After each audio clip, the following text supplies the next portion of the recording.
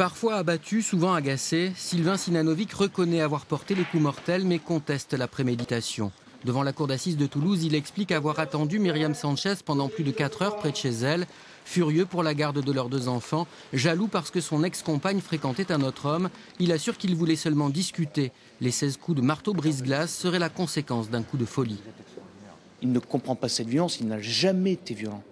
Il y a eu des moments de séparation, il s'est retrouvé hospitalisé parce qu'il était très mal psychologiquement et il n'y a jamais eu de violence pour autant.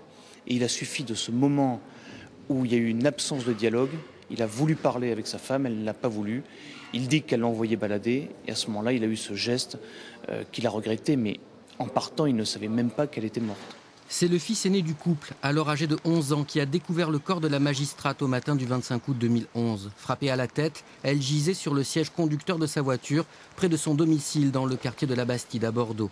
Très vite, l'enquête s'est tournée vers son ancien compagnon. Dépressif, suicidaire depuis leur séparation, il l'avait épié et harcelé de SMS. Pour les sœurs de la victime, la préméditation ne fait aucun doute.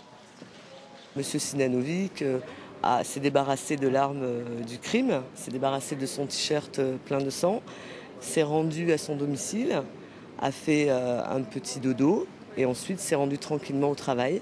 Et quand il a été interrogé par les services de police, il n'a absolument pas reconnu immédiatement les faits.